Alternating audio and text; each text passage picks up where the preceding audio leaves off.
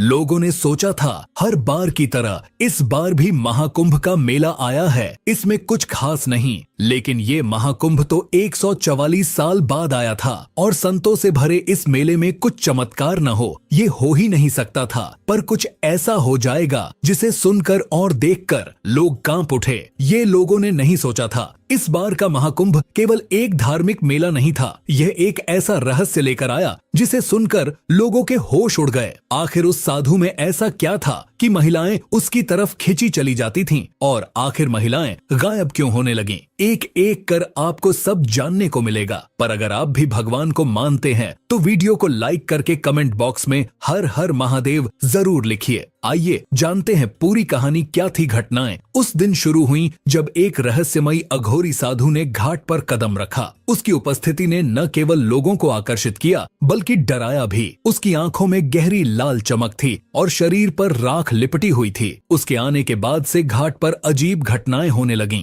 महिलाएं गायब होने लगीं और चारों ओर एक ऐसा रहस्य गहराने लगा जिसे सुलझाना आसान नहीं था। प्रयागराज के संगम घाट पर चारों तरफ चहल पहल थी। साधु संत अपने अपने आश्रमों में बैठे हुए भजन कीर्तन कर रहे थे। जगह जगह धूप, अगरबत्ती और मंत्रोच्चार की आवाजें माहौल को पवित्र बना रही थीं। एक शाम जब सूरज धीरे धीरे गंगा के जल में डूब रहा था, तभी घाट पर हलचल मच गई। लोगों की नजरें एक ही दिशा में थीं। वहां एक अघोरी साधु धीरे धीरे घाट की ओर बढ़ रहा था। उसकी लंबी जटाएं उसकी कमर तक लटक रही थीं और गले में नरमुंडों की माला थी। उसकी आंखें इतनी भयानक थीं कि लोग उसकी ओर सीधे देखने की हिम्मत नहीं कर पा रहे थे। उसने घाट के एक कोने में बैठकर साधना शुरू कर दी। उसकी उपस्थिति से ऐसा लग रहा था मानो समय थम गया हो। गंगा की लहरें भी शांत हो गई थीं। वहां उपस्थित लोगों को ऐसा महसूस हो रहा था जैसे किसी अदृश्य शक्ति ने उन्हें जकड़ लिया हो। उस दिन तो इतने पर ही सब रुक गया, पर अगले ही दिन एक अजीब घटना घटी। गांव की एक महिला गीता, जो घाट पर पूजा करने आई थी, रात भर घर नहीं लौटी। गीता उस दिन बहुत प्रसन्न लग रही थी। उसने सुबह से ही महाकुंभ के घाट पर जाने की तैयारी शुरू कर दी थी। उसने अपनी सबसे सुंदर साड़ी पहनी और अपनी सहेलियों के साथ घाट की ओर निकल पड़ी। दिन भर गंगा में स्नान करने और पूजा अर्चना के बाद उसने अपनी सहेलियों से कहा,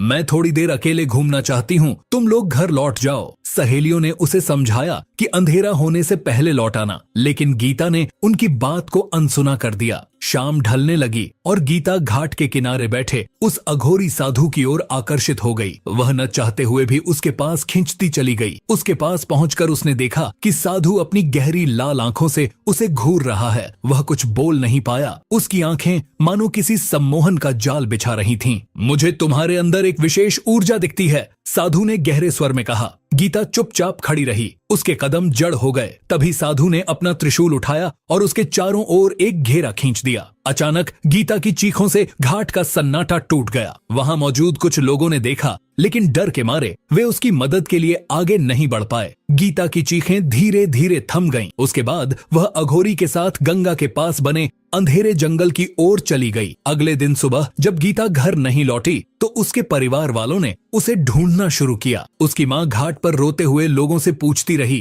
क्या किसी ने मेरी गीता को देखा है? वह कल शाम यहाँ आई थी। कुछ लोगों ने बताया कि उन्होंने गीता को साधु के पास जाते देखा था, लेकिन उसके बाद क्या हुआ यह कोई नहीं जानता। गीता का पति रमेश पुलिस थाने पहुंचा। वह घबराए हुए स्वर में बोला, मेरी पत्नी कल शाम से गायब है। कुछ लोगों ने उसे उस अघोरी के पास जाते हुए देखा था। पुलिस ने उसकी बात को गंभीरता से नहीं लिया। उन्होंने इसे सामान्य गुमशुदगी का मामला समझकर टाल दिया। लेकिन रमेश को यकीन था कि उसकी पत्नी के गायब होने के पीछे वही अघोरी साधु है। धीरे धीरे यह खबर पूरे मेले में फैल गई। लोगों में डर और अजीब सी बेचैनी फैलने लगी। अब हर कोई अपने परिवार के सदस्यों को लेकर सतर्क हो गया। महिलाएं उस घाट पर जाने से कतराने लगीं। अघोरी साधु, जो अब भी घाट के कोने में शांति से बैठा था, इन सब घटनाओं से बेखबर दिख रहा था। लेकिन उसकी शांति और रहस्यमय मुस्कान ने लोगों को और अधिक भयभीत कर दिया। घाट पर अब हर कोई उसे संदेह भरी नजरों से देख रहा था। गीता के गायब होने की यह घटना महज एक शुरुआत थी, लेकिन यह आने वाले भयानक रहस्यों का संकेत थी जो धीरे धीरे पूरी तरह उजागर होने वाले थे। महाकुंभ में महिलाओं के गायब होने की खबर पुलिस प्रशासन तक पहुंची। मामले की गंभीरता को देखते हुए जिले के सबसे तेज तर्रार इंस्पेक्टर वीरेंद्र राणा को वहां भेजा गया। वीरेंद्र एक ईमानदार और बहादुर अफसर था जो अंधविश्वास पर विश्वास नहीं करता था। वीरेंद्र ने मेले में पहुंचकर घाट का मुआयना किया। उसने साधु के बारे में सुना और सीधा उसके पास गया।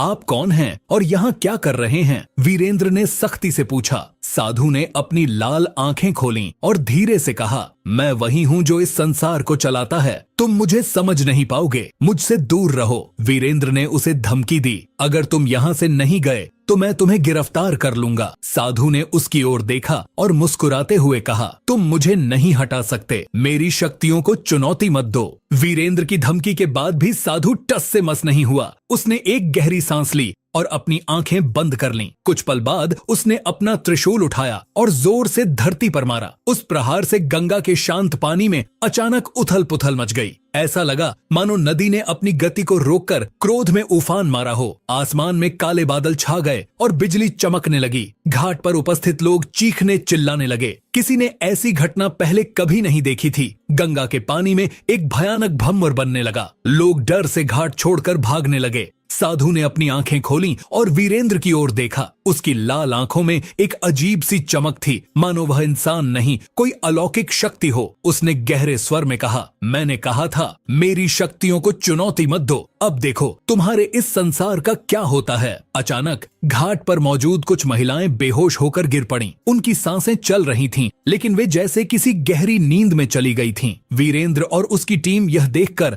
हक्के बक्के रह गए। यह क्या कर रहे हो तुम? वीरेंद्र गुस्से में चिल्लाया। साधु मुस्कुराया और कहा, यह केवल शुरुआत है। उसने त्रिशूल को घुमाया और एक मंत्र पढ़ा। बेहोश महिलाएं उठीं और एक कतार में चलने लगीं। वे सभी गंगा की ओर बढ़ रही थीं, मानो किसी अदृश्य शक्ति के नियंत्रण में हों। वीरेंद्र ने अपने सिपाहियों को आदेश दिया, उन महिलाओं को रोको। सिपाही दौड़कर महिलाओं के पास गए, लेकिन जैसे ही उन्होंने उन्हें रोकने की कोशिश की, एक अदृश्य दीवार ने उन्हें पीछे फेंक दिया। वीरेंद्र ने खुद आगे बढ़ने की कोशिश की, लेकिन वह भी उस दीवार से टकराकर पीछे गिर पड़। साधु ने एक भयानक हंसी के साथ कहा, इस संसार के नियम मेरे हाथ में हैं। तुम केवल एक नश्वर हो, मुझे रोकने की हिम्मत मत करो। घाट पर उपस्थित लोगों ने यह सब देखा और डर के मारे भागने लगे। गंगा का पानी अब लाल रंग में बदलने लगा था। वीरेंद्र राणा अब साधु की शक्तियों और उसके उद्देश्य को समझने के लिए दृढ़ थे। उन्होंने गंगा तट के आसपास छानबीन शुरू की और घाट पर मौजूद बुजुर्गों और ज्ञानी साधुओं से उस रहस्यमयी अघोरी के बारे में पूछताछ की। एक वृद्ध संत जो वर्षों से गंगा के किनारे तपस्या कर रहे थे, ने धीरे धीरे कहा, वह साधु कोई सामान्य व्यक्ति नहीं है। उसे अघोर पंथ की प्राचीनतम शिक्षा प्राप्त है। वह महाकाल अग्नि सिद्धि का साधक है, एक ऐसी साधना जो आत्मा और प्रकृति के सबसे अंधकारमय पहलुओं को जागृत कर सकती है। यह साधना उसे धरती और जल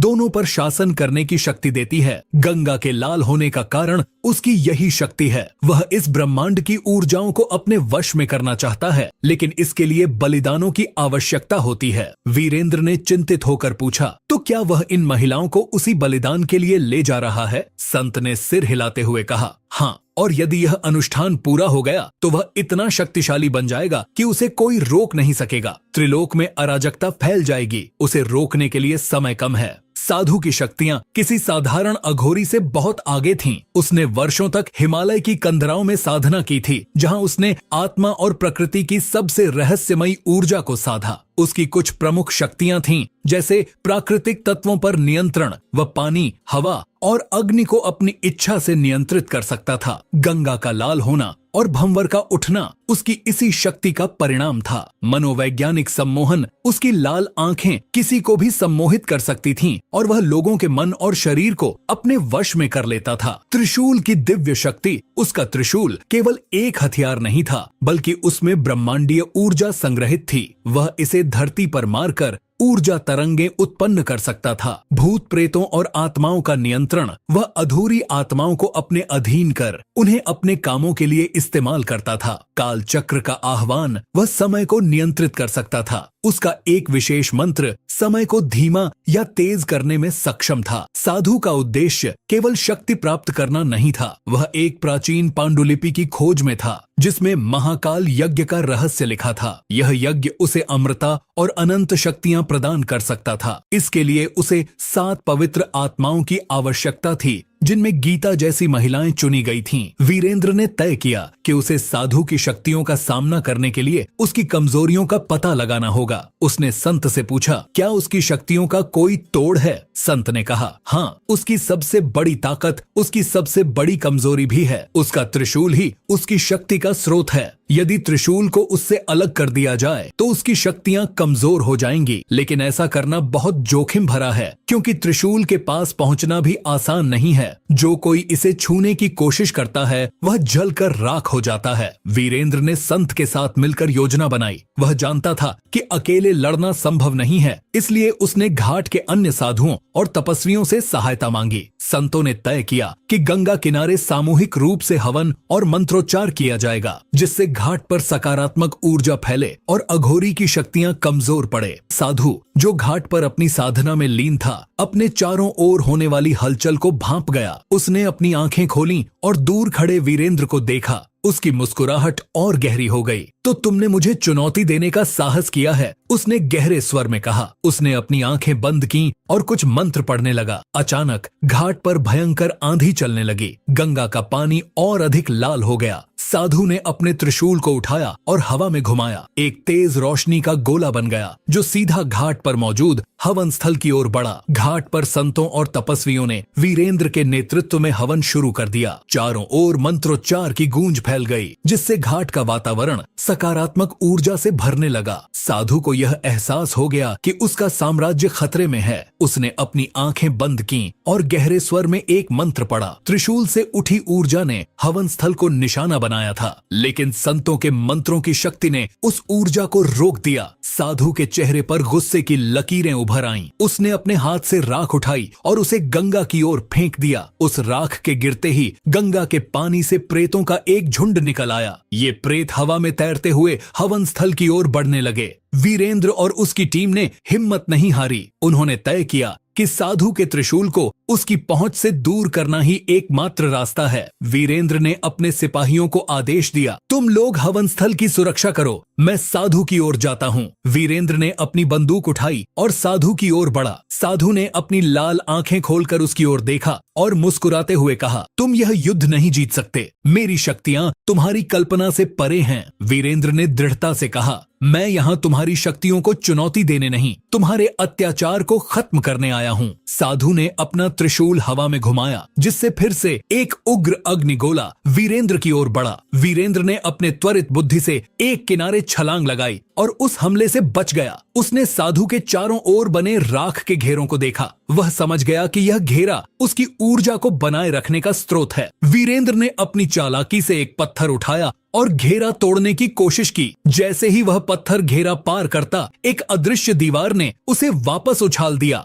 साधु ने हंसते हुए कहा, तुम यह साधारण तरीकों से नहीं कर सकते, मेरा घेरा केवल दिव्य शक्ति से टूटेगा। उसी समय संतों ने वीरेंद्र को आवाज लगाई, घेरा तोड़ने का एकमात्र तरीका उसके त्रिशूल को छूना है, लेकिन वह त्रिशूल केवल पवित्र जल से ही कमजोर होगा। गंगा के प्राचीन मंदिर से लाया गया जल ही इसे शक्ति से वंचित कर सकता है। वीरेंद्र ने संत के एक शिष्य को कहा, तुम मंदिर जाओ और वह जल लाओ, तब तक मैं साधु का ध्यान भटकाता हूँ। वीरेंद्र ने अपनी चालाकी से साधु को उकसाना शुरू किया, अगर तुम्हारी शक्ति इतनी महान है तो तुम्हें मुझे हराने के लिए इन भूत प्रेतों की आवश्यकता क्यों पड़ी? साधु उसकी बातों में आ गया। उसने त्रिशूल से दूसरी दिशा में प्रहार किया, जिससे वीरेंद्र को उसके घेरे के करीब जाने का मौका मिल गया। कुछ ही देर में शिष्य पवित्र जल लेकर लौट आया। वीरेंद्र ने झट से जल लिया और त्रिशूल की ओर दौड़ा। साधु ने उसे रोकने की कोशिश की, लेकिन वीरेंद्र ने जल त्रिशूल पर डाल दिया। पवित्र जल के छिड़कते ही त्रिशूल से एक भयंकर ध्वनि निकली। साधु दर्द से चीखने लगा। उसकी शक्तियां धीरे धीरे कमजोर होने लगीं।